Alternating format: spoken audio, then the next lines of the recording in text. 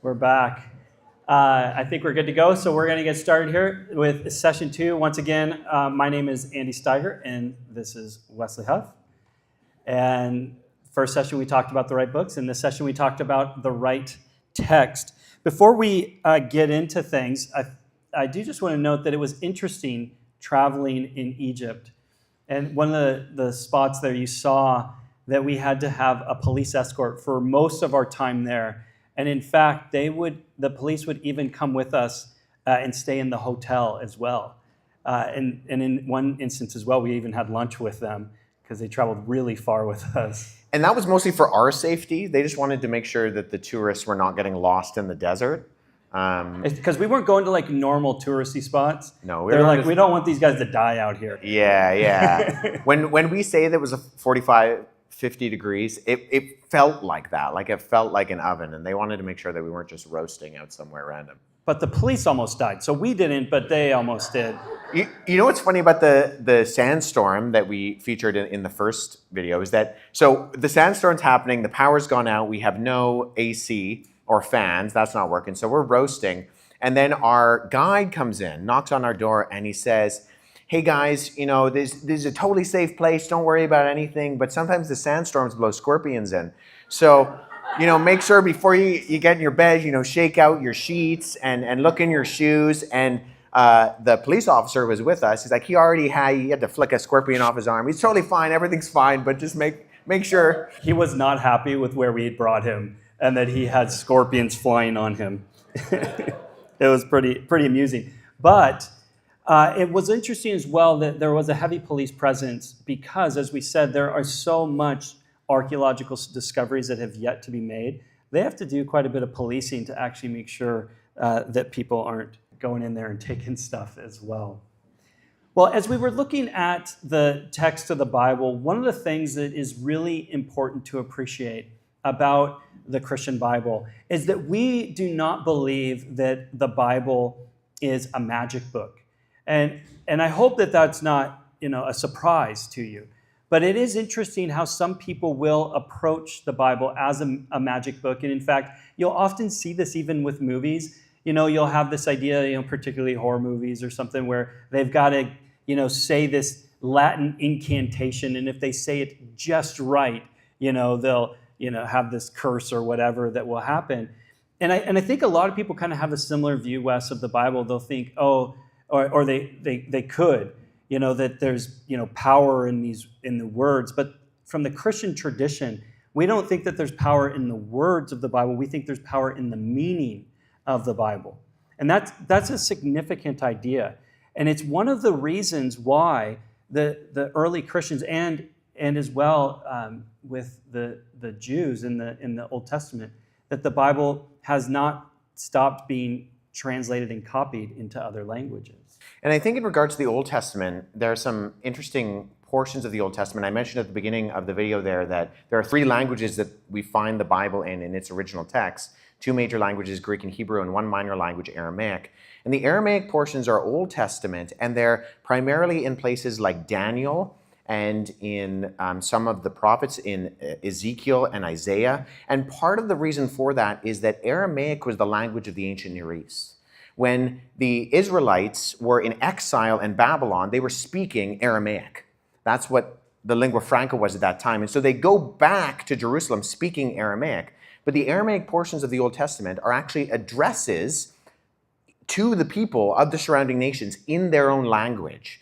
So when you're reading Daniel chapter 4 and it has an address by Nebuchadnezzar, it's an address in the language he would have spoken in to people who would have understood that language. So there's even this aspect of that the Old Testament is unique in that it's primarily in Hebrew, but there are sections that are addressed specifically to the nations surrounding in the language which they would have understood. And the New Testament was translated very quickly, very early into a host of other languages in order for that gospel message to go out. And it's just important to appreciate that this is not true of other religious traditions. You can see this within, say, Hinduism, Buddhism, Islam, for example. They'll tend to see that language that it's written, whether it be Sanskrit or Arabic, as that there's power in that word and even memorizing it. I remember you telling me once that you met a guy who had almost memorized the entire Quran. Yeah, so I knew a guy, he was an older Indonesian man who I was meeting with, and we were reading portions of the Quran and the Bible together in an effort that I was trying to connect with him and evangelize to him. And he had almost memorized the entire Quran, which sounds like a lot, but if you think about, the Quran is about the size of the first 3 Gospels, so Matthew, Mark, and Luke, which is still a lot. I mean, you try to memorize the entire Gospel of Matthew, it's going to be a feat, but it's not like memorizing the entire Bible. But he told me one time, he said, Wes, I love my religion, I love the Quran, I love memorizing it and repeating it, and one day I'd like to get it in a language that I understand so that I can read it myself. And it was because he spoke English and he spoke Indonesian. He didn't speak a word of Arabic. But it almost didn't matter. It was the act of devotion and the kind of magic, like you said, of the repeating and repetition of those words in not just Arabic, but 7th century Hijizi script Arabic, which is what the Quran is written in. Yeah, and again, you'll often see that in like Buddhism, for example, where they'll get into these different mantras and whatnot, but they don't know what they're saying. My point is that from a Christian perspective, the meaning is what matters, and so it shouldn't surprise you that we have so many translations and copies of the Bible. This is a part of that tradition, and wanting to get it into other people's hands. And I can't help but think too, this is probably why education has always gone hand in hand with Christianity, is to help people to actually be able to access the meaning. Now, one of the things that we talked about in the series is that chapter and verse divisions is not original to the Bible. Those were added later. So when were they added and why were they added? Yeah, well, the chapter divisions come around in the Middle Ages. There was Old Testament chapter divisions in around the early Middle Ages. There were actually evidence of divisions within the Dead Sea Scrolls, and in some 4th century Bibles, we can see where they're actually starting to divide things. And there's actually, and we showed it a number of times on the screen, a late 2nd century, early 3rd century copy of the Gospel of John called P66. And specifically in John chapter 1, it has division dots almost exactly where we would put the verses in the first 18 verses, which is really interesting, that even in the late 2nd century, they were dividing up the Bible almost exactly where we do today. But our modern chapter and verse divisions are borrowed, the Old Testament ones, from the Jewish Bible in the Middle Ages that the Jewish rabbis put together themselves. And then there was a guy named Scrivener, Robert Scrivener, in the 17th century who put together our verse divisions. And that's what was carried over eventually into both the Latin Bible and in the Greek Bible, and then eventually into our English Bibles today. But they're a later ascription that was adopted basically unanimously throughout the Christian world. Now, one thing you noticed in the video was that Oxyrhynchus is a garbage dump. That is where they found all these manuscripts. And that is often where archaeologists will find their greatest treasures, is in the dump. But it's like a blessing and a curse simultaneously, because you don't throw your best stuff into the dump, right? It's normally what's been used up. It's old, it's tattered and beat up, and then you throw it in there, and then we find it 2,000 years later, and we're excited to go through all that garbage. But I find it fascinating, like how big this garbage dump was in Oxyrhynchus, that they found nearly 500,000 fragments of manuscripts. And I'm wondering, Wes, okay, where are they keeping all of those, and have they gone through them all? Yeah, so the Oxyrhynchus collection was discovered, like I said in the video, between 1895 and 1897. And they found so much that they were just putting them in cookie and coffee tins and sending them back to Oxford. And there's a good portion of those that are still sitting in the basement of the Sackler Library at Oxford that we haven't gone through, that haven't been sort of pieced together, because a lot of them are very fragmentary. Because the older these things are, the more and more broken up they are. So, I mean, you and I wouldn't look that good after 1,800 years. Some of these look pretty good after 1,800 years. And so a lot of these are still yet to be really investigated and published. But the Oxyrhynchus collection actually comes out with updated publications. There was a publication of the Oxyrhynchus papyri last year, which published newly, not discovered, but examined and put forth to both the academic and public communities last year. So we're still publishing these manuscripts that were dug up in the 19th century, but we've been digging manuscripts up from the site at Oxyrhynchus for the last 200 years. Wow. In the video series, one of the things you said is that our Bible has been changed. And I think that might, be a little concerning to some. What do you mean the Bible has been changed? And so I want to drill down a little bit more into that. Like, what do you mean by that? So let's just begin with what are some minor changes that we're talking about here? Yeah, so a lot of the changes are the ones we talked about in terms of the ones that are non-purposeful. They're the spelling errors, the word differences. That really... and I think that's interesting, by the way, spelling errors and just differences in that. This one surprised me, is that it's not like they had a dictionary. Spelling wasn't standardized. And that's just, again, one of those things that we kind of take for granted. Which was true in English for a long, long time. Until you get people like Webster coming around and writing the dictionary, we didn't have standardized spelling. Individuals like the famous Bible translator John Wycliffe was famous for spelling his name different multiple times when he signed his signature. And it's because it didn't matter. They knew what he was saying because all the letters, all the main letters. Yeah, yeah. Andy, all his emails, he's like, well, it wasn't standardized for so long. But I think there's that level of alteration where it's completely unintentional. And we can pick those out pretty clearly. It's obvious. The ones that are purposeful are not, almost never purposeful for nefarious reasons. A lot of the time, and this is actually the case with the one that we addressed, John chapter 5, verse 4, they are commentary marginal notes that scribes write in the margins to expand upon what's going on. So John chapter 5 is a story of the healing at the pool of Bethesda.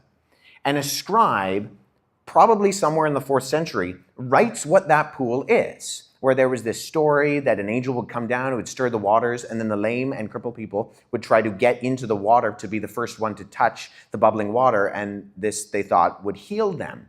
Well, that was written in the margin, and a scribe later on copying that manuscript, not knowing whether the previous scribe forgot to put it in the text or whether it was a commentary that was written to expand upon the text, to be safe, includes it within the text.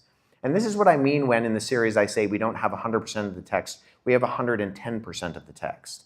Is what that does is it gives us a lot of confidence to say the original is in there. It's there. It's not missing. The scribes were, and the word I used was tenacious to preserve the text so much that they're willing to include things with the idea that, and this is what we can do because of we have so much information, is figure it out eventually. The other thing is that we also see patterns on things that we refer to as the expansion of piety. So when early manuscripts say Jesus, sometimes scribes will add Jesus Christ. And then later scribes will add our Lord Jesus Christ. And so you get this the text going larger and larger and larger. Now, is it wrong to say our Lord and Savior Jesus Christ? No. But is that what, say, maybe Matthew wrote originally?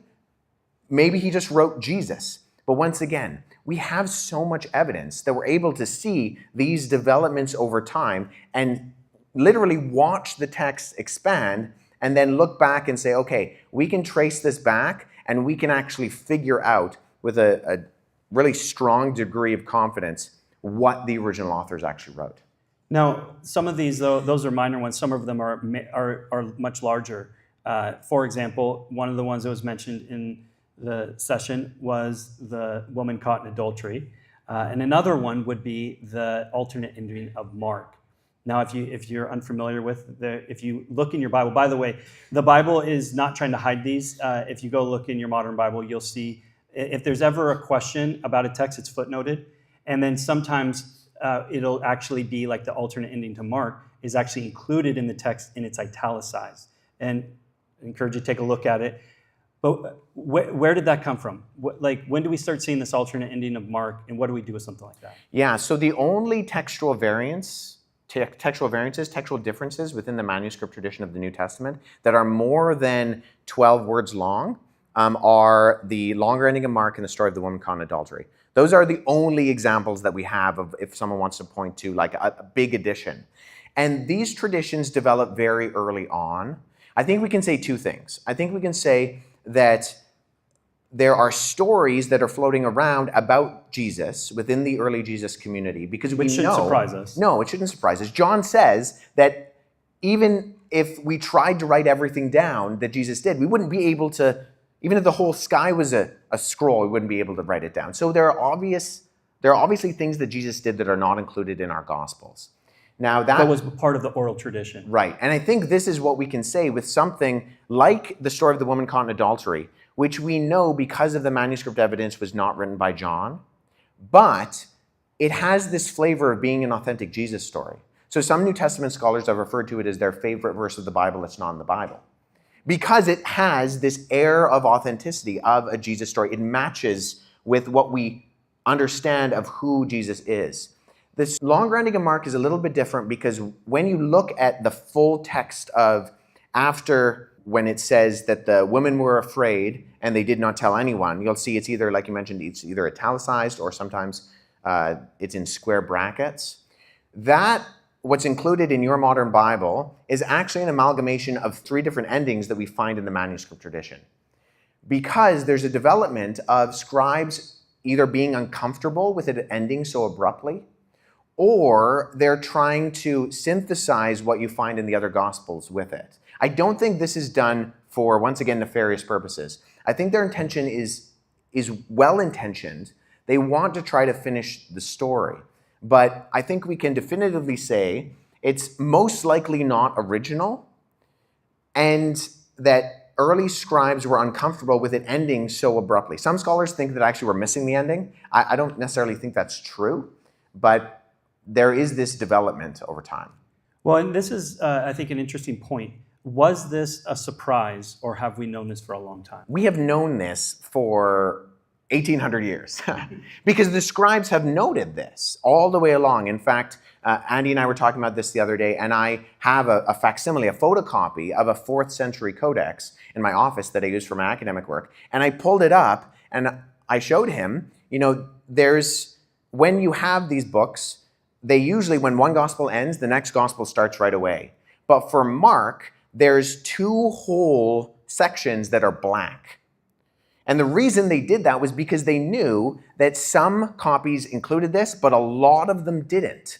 And so just to be safe, they left a blank section in case a later scribe could confirm whether it was original so that they could go back and add it. But we have early church fathers noting that some copies have it, some copies don't.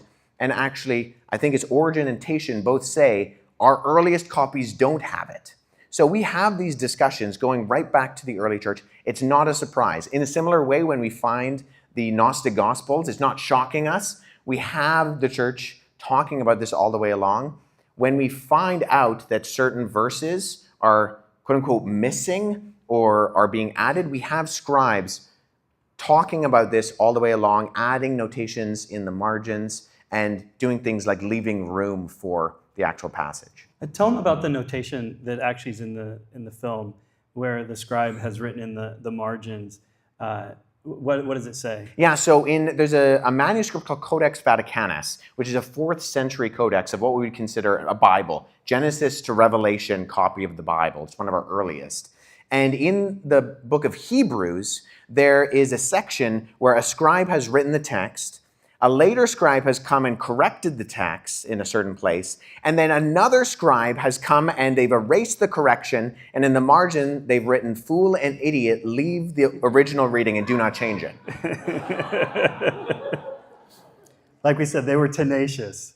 Let's talk about dating. By that I mean dating. I've been married for a long time. When would you date the Gospels in the New Testament? So I think this is an interesting question because my area of expertise is in copies, and there's a different question in regards to the dating of the copies and what's called compositional dating. Compositional dating is when Matthew, Mark, Luke, John, Peter, Paul, Jude, James, when they actually wrote, when they put pen to papyrus, when they wrote that document. That's a completely different conversation to when are our earliest manuscripts, our earliest copies coming into existence. But if we're talking about compositional dating, I think there's a range of arguments for is this early? Is this really close to the time of Jesus? Is this being written a little later on in subsequent decades? I think no matter where you date these, no matter what the discussion or arguments back and forth are, I think we can say pretty conclusively that no matter what, all of the 27 books that we refer to as the New Testament are from the 1st century and in the living memory of the eyewitnesses of those events. So there are checks and balances because there would have been people who were there who could have said, this doesn't make any sense. And there was the early Jesus community, some of whom knew Jesus personally or were there at the feeding of the 5,000, those kind of things, who can confirm these details. So there are excellent arguments for, say, dating things before the kind of definitive date of 70 AD when Rome destroys Jerusalem and destroys the temple in Jerusalem. And there are strong arguments for that. In fact, there's a scholar who wrote a book called Rethinking the Dates of the New Testament. His last name is Bernier. And he makes a strong case for dating everything pre-70. I think there are convincing arguments for that, but I don't think we need to rely necessarily on that. If we date every book of the New Testament late, it doesn't affect its credibility and its reliability, because even some of the agreed upon earliest books that were written, like the Gospel of Mark, we have our latest attestation in the manuscripts. Our earliest manuscripts are still relatively late. And so despite the discussions, we're still tying these documents to the earliest Jesus community no matter what. And there's interesting ways too, by the way, that we can date the Bible internally, where we can see things like in Acts chapter 12, where we're told that at the time of Herod Agrippa, who ends up in Acts 12 dying, that this is actually when James, the brother of John, dies, which is the only 2 disciples we're told that die in the New Testament is Judas and James, the brother of John. And we're told when it happened. And so we know that's okay, around 44 AD. So then now we can start to go, okay, well, now we understand, okay, that's happening then. And then when we're reading, we're going, okay, and we're not reading that Peter has died. Like, we're not told that Peter's died. We're not told that the other disciples have died. And so that gives us some understanding then of when these were written, yeah? Yeah, those are those internal arguments that we make. Like the names that we talk about in session 1, these are ways that we can internally look at the content of the text and pinpoint it in a particular time in a particular place. Here's a question about translation. Why are translations like the Message and the Passion Translation so problematic if there are so many other translations with discrepancies? Yeah, so the question of translation falls on a continuum of what's called dynamic and formal equivalence. So that's basically the difference between, are you trying to translate closest to the original wording of the text, or are you translating it in a way that tries to make it as clear in the modern language that you're translating in? So word for word or thought for thought? Yeah, that's another way of putting it. Word for word or thought for thought. So there are a number of examples like this. In the Gospel of Luke, in a very word for word translation, there's a section where Jesus is talking to the disciples, and a really word for word translation, like the New American Standard Bible or the ESV, translates what Jesus says as, "Let these words sink into your ears." Because that's literally what Jesus said. Let these words sink into your ears. Now, the NIV, which is much more of a thought-for-thought translation, translates that as, listen carefully to what I'm about to say. Why? Because that's what that phrase means. Listen carefully to what I'm about to say. But those aren't actually the words that Jesus said. He said, let these words sink into your ears. So translations fall on a continuum, and not all translations are going to be just a thought for thought or just a word for word translation, because it doesn't work like that. The way that when you translate anything, that's going to change from testament to testament, book to book, chapter to chapter, maybe even verse to verse. When we're dealing with something like the Message or the Passion, and I might put those in a different category, both of them, the Message is a paraphrase. So it's not necessarily a translation of looking at the Greek and the Hebrew and translating it directly from those original languages. It's a paraphrase of the words in order to paraphrastically go beyond even what a thought-for-thought translation might do. The Passion Translation... By the way, that's why I've never seen and wouldn't encourage somebody preaching from the message, for example. No. Now reading from it's different. We're talking about, would I be preaching from that passage? No, I wouldn't do that. I think paraphrases often get a bad rap. I'm not actually that negative towards paraphrases. I think they have a purpose, and I think they actually have a place. However, we have such good thought translations that I think most of the time a paraphrase is unnecessary. The Passion Translation, I think, is more problematic because the individual, a single individual who translated it, has said that he personally has received divine revelation in order to translate it in a way, and he actually, I think, goes so far beyond what the original text says that he's actually inserted his own ideas and concepts. And I would actually rather someone read a Jehovah's Witness New World Translation than actually the Passion Translation. That's how many liberties I think the Passion Translation takes with the text. I think we'd also just say one other thing with regards to that when we're looking at our modern Bibles, it is a team of scholars that are translating that together, whereas the Passion was translated by one person. Yeah, and so was the Message. But once again, it's almost in a different category. It's not a translation, but your ESV or NASB or NET or NIV, all those ones that probably come to your mind when you're thinking of a modern Bible translation, have a team of experts, theologians, Bible translators, and scholars that are going to weed out any one individual's bias in any particular way. Just a couple questions left here. How do you know that Luke got Pontius Pilate correct while others did not? Because of the archaeological data. So when we have inscriptions like the Pontius Pilate stone, which was found in the 1960s in Israel, in Caesarea Maritime, what that is a dedication stone saying specifically who Pontius Pilate was, that he himself went there and he dedicated this building project, and it has his correct title. So the thing with Tacitus is that he actually gets two things wrong when he talks about the Christians. First, he thinks Christus is a name and refers to Jesus as Christus, as a Greek name. That's incorrect. Christ is a title, not a name. And then he gets Pontius Pilate's title wrong as well by saying that he was the procurator, which is an entirely different... It's like saying right now, Trudeau is a judge on the Supreme Court. Well, we know he's not. He's the prime minister. So Tacitus just gets that wrong, and we can corroborate that by external data that will, both written data, but in this case, specifically archaeological inscriptions.